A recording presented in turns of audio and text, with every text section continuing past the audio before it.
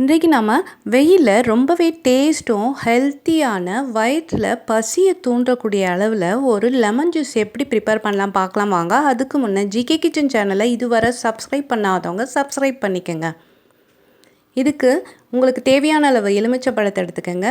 நான் ஒரு எலுமிச்சம்பழத்தை நறுக்கி அதோட சாறை மிக்ஸி ஜாரில் சேர்த்துக்கிறேன். அதில் இருக்க விதைகளை நீக்கிடணும். இது ரொம்பவே டேஸ்ட்டாக இருக்குங்க, டிஃப்ரெண்ட்டாக. ஒரு ஸ்பூன் அளவுக்கு நாட்டு சர்க்கரையை சேர்த்துக்கணும். கொஞ்சமாக இஞ்சியை சேர்த்துக்கங்க. கொஞ்சமாக புதினாவை சேர்த்துக்கங்க. ஒரு சின்ன சிட்டிகளவு உப்பு சேர்த்துக்கங்க, ரொம்ப சேர்த்துடாதீங்க. இதை மிக்சியில் சேர்த்து அரைக்கணும். அந்த புதினாவும் இஞ்சியும் அரைப்படுறதுக்கு தான் நாம் நாட்டு சர்க்கரையை சேர்த்துக்கிறோம். அதை திப்பியெல்லாம் வடிகட்டிடணும்.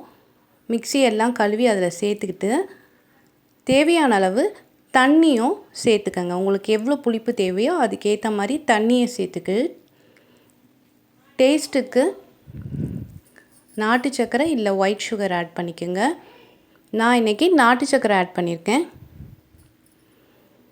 இது ரொம்ப டேஸ்ட்டாக இருக்குங்க. நாம் இதில் சேர்த்துருக்க புதினா இஞ்சி எல்லாம் நல்ல பசியை தூண்டும். தண்ணி தான் குடிக்க தோணுது, பசியே எடுக்கலைன்ற சமயத்தில் இந்த மாதிரி டக்குன்னு ஒரு ஜூஸ் செஞ்சு சாப்பிட்டு பாருங்கள், அவ்வளோ அருமையாக இருக்கும்.